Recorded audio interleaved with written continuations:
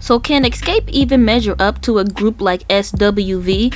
Like, is this even a fair matchup? Well, let's take a look back at the careers of these legendary 90s R&B groups. The 90s was very much one of the golden eras, not just for R&B but for R&B groups, and there was no shortage of talent and girl groups in the 90s, and even among the heavy hitters like TLC's and En Vogue, SWV and Xscape still managed to make a name for themselves and stick out. And when you compare the two groups, without a doubt SWV was the bigger group, but that doesn't actually make them the better group.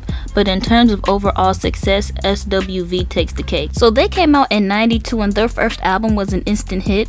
This album alone produced 5 charting singles, including the #1 hit single Week, along with Right Here and Downtown, which both landed at the #2 spot, and I'm So Into You and Always On My Mind resulted in their debut album selling about 3 million units. Now, to put this into perspective, the most successful girl group at this time was En Vogue, and SWV's album had outsold and produced more singles than En Vogue's debut album.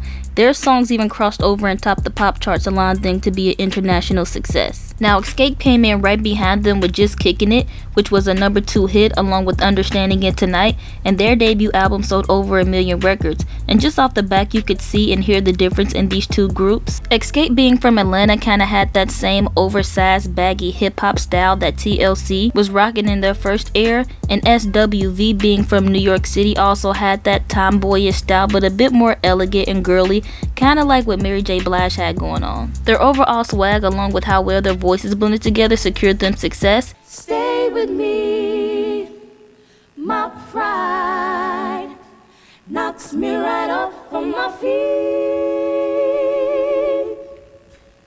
Can't explain why your loving makes me weak. And Coco's voice is out of this world. She's definitely one of the best vocalists of this generation. So they went on to produce hits like Anything, Use Your Heart, Rain, and You're the One, which landed them another #1 hit single.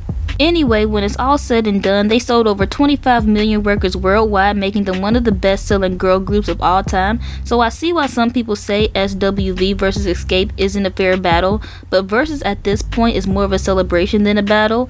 And either way, it should be good, because when it comes to singing, Xscape delivers.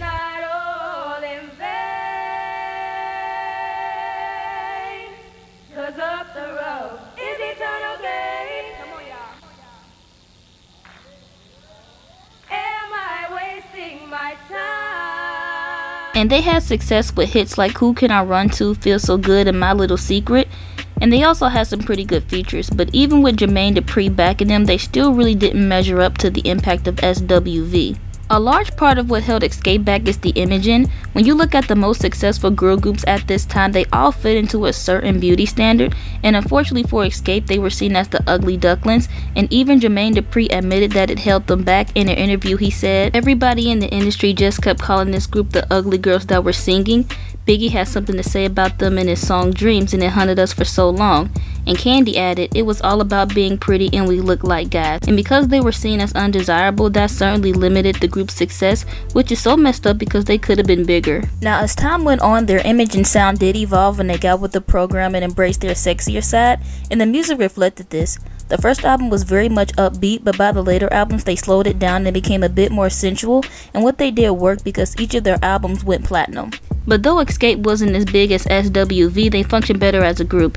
At times, I feel like Taj and Lily were Coco's background singers, where with Xscape, the Scott sisters were clearly the powerhouse singers and the leads, but Tiny and Candy still all got their chance to shine. And I think the celebrity of Candy and Tiny really just helped sustain the legacy of the group, like Tiny being married to T.I., along with Candy being on The Housewives, really introduced a lot of people to Xscape, and was a part of the reason why the reunion tour in 2017 was very successful.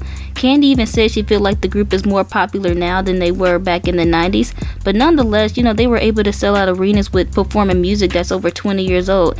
That only speaks to how timeless and good the music is. Both of these groups ended around the same time in '98 after about 3 albums, but when you go back and compare, no question, SWV was the bigger group.